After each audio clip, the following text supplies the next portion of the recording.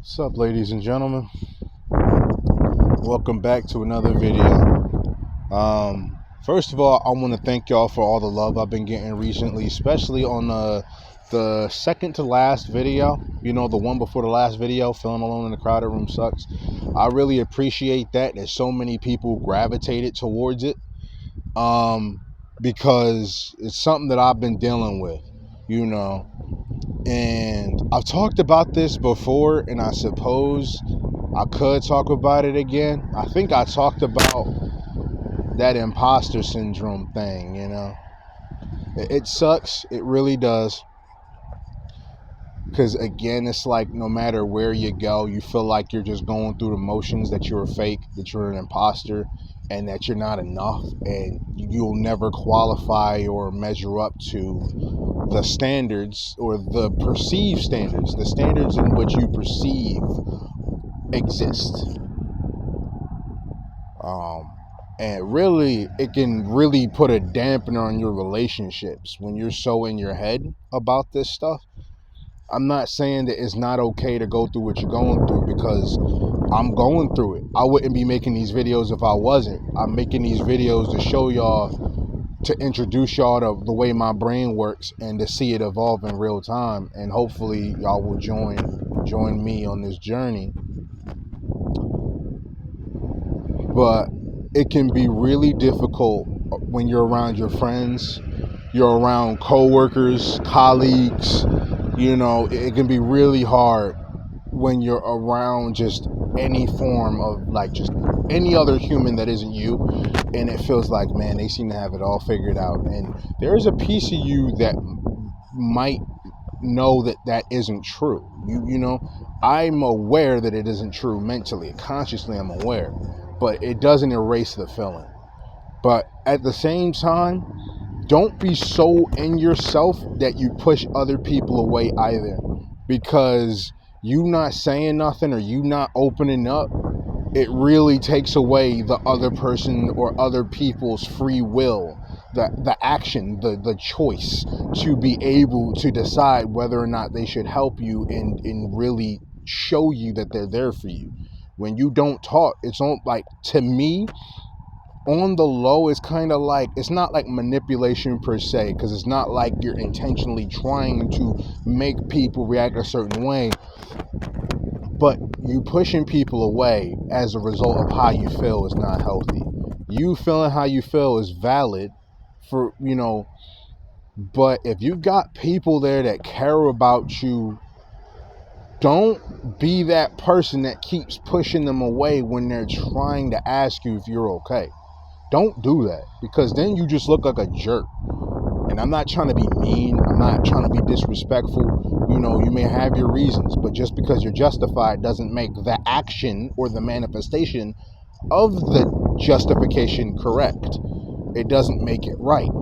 How your intention and how you execute it, how you execute that intention, whether or not it's good or bad, are two completely different things. You can have bad intentions but do good things. You can be a good person. You can have good intentions, but it's not executed correctly. It's not shown as good intentions, and that can make other people react negatively to the way that it's been manifested. Because don't be mad at the other person either for not reading your intentions. They're not mind readers. They can't read your brain or read your heart and see into your soul, into the deep, dark depths of your soul and say, I see. No, we're human. And we can't really see inside of each other until we bring it out of each other. So if you want to see who's really there for you, I mean, sure, you're going to have your bad times, but you're going to have your great times. But just pay attention. But don't pay too much attention to where it's like you out for approval. Try to work on yourself.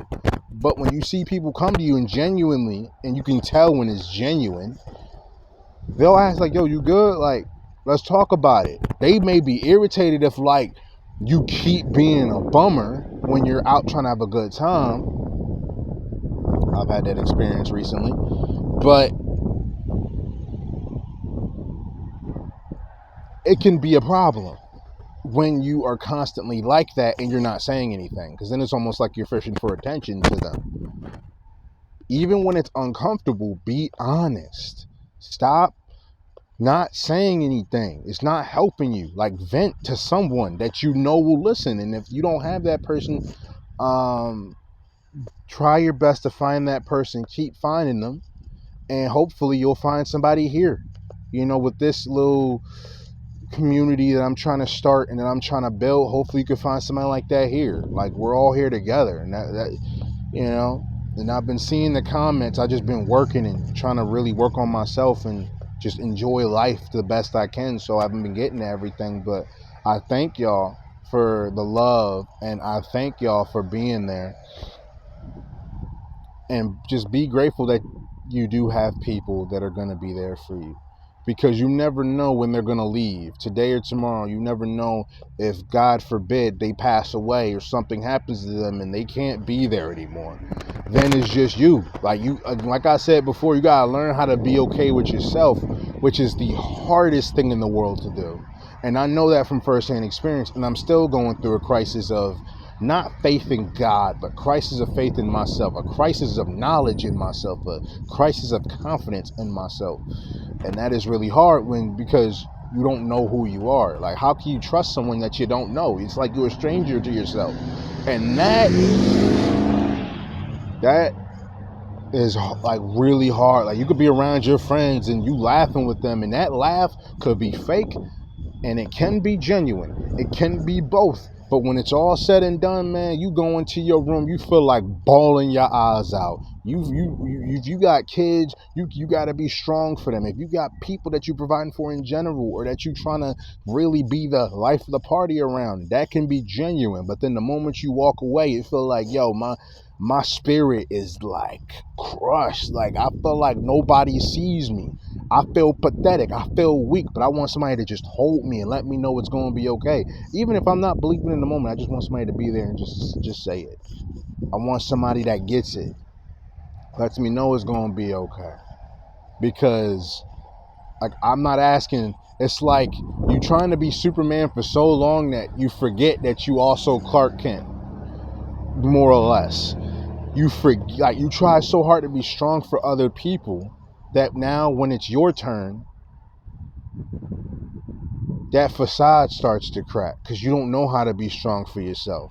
That when all you've ever known is being there for other people, for people who may not have deserved it and for people who might have deserved it, but regardless, you're putting all yourself out there. So when it's time for you to be like, okay, it's time for you to deposit into the bank of self-investment, you say, ooh, I can't deposit anything in there because I just blew all my money in a place that I shouldn't have. I blew all the currency of attention that I should have been giving myself, at least half of that, or 60% of that, 70% of that. And instead, I put it elsewhere. I put my time and attention elsewhere, my money elsewhere. But when it's time for, or when you believe it's time for other people to do the same thing, it's you have that built-in resentment because they're not there. They're not showing up for you the same way that you're showing up for them. That means stop showing up for them then. Not entirely, but if they can't be there for you in the way that you're trying to be there for them, it's probably because you're overextending yourself. You're stretching yourself too thin. You're pushing yourself too much. You're going too far. You're going on a journey that you're not meant to be on right this second. Like, you'll probably get there when you're more confident in yourself. I'm trying to learn that. I really am. It's so hard. I'm telling y'all this because I'm going through it. And it's messed up that, like, it's easier for me to articulate when I'm talking to someone, I'm talking to. But when it comes to myself, them answers, man, the articulation that I've got, it goes out the window. I'm rambling. I don't really know how to put together what I want to say because the emotion's so deep. It's so strong. It's got me fumbling over myself because I don't know myself, really, not as a whole. And I'm working on it. But I'm trying not to be selfish along the way. So Acknowledge that while what you're going through is garbage, probably, also acknowledge in the same breath that there are good things around you. There are things that can make you smile if you allow yourself to actually smile and realize that this world is bigger than you. That doesn't mean that you're less important. That just means that there are also people around you that are also important. So, and when I say important, I mean they shine brightly. They have a light. Just like how you have a light within you, we all have a light within us, man. And it just takes the right. It just, I don't want to say right, but it takes a certain kind of person or a group of people to bring that out of us. Even when your family and friends are there, sometimes it may feel like it's not enough. You want more, but be grateful for what you have, so that way when you get what you want, you know how to appreciate that more. That way you give your all when you need to. You give what you can. So when it's time to give it your all, you can put your best foot forward and realize that it's not just you. It's not just you. And again, it's really hard to like fully grasp it.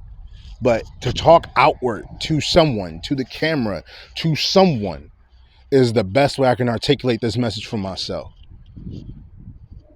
Like, imposter syndrome sucks. We're going through a lot.